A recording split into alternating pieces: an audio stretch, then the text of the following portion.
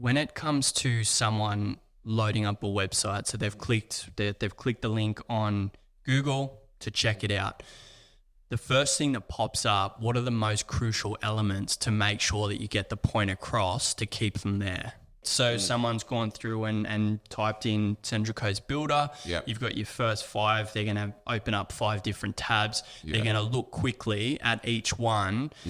What do you think makes a website stand out that can then help them retain that visitor on the site? It's before the fold, right? So you first click into your website, before anyone does any scrolling, it's Builder Central Coast.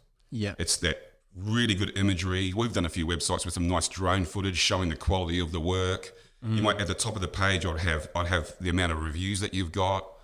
I'd have that fast quoting type of system and trying to build that trust really, really quickly. Yeah. It's like, yes, we're on the Central Coast. Yes, we're a local builder. Look at our work. A lot of it's visual. That's where I think the content and imagery is so important.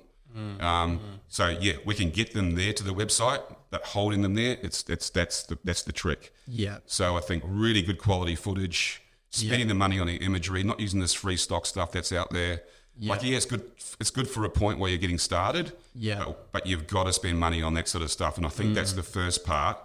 But your reviews are huge.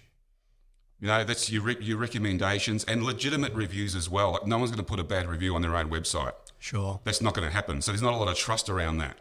But if you look at your Facebook and your Google reviews, they're all verified. So there's more trust around that. So you can link up your Google reviews to your website. So it's all about trust. And it takes time to build that. But if you've only got a few seconds, and the other thing would be you've got to look at your competition and what they're doing, and you've got to compare a lot. Yeah.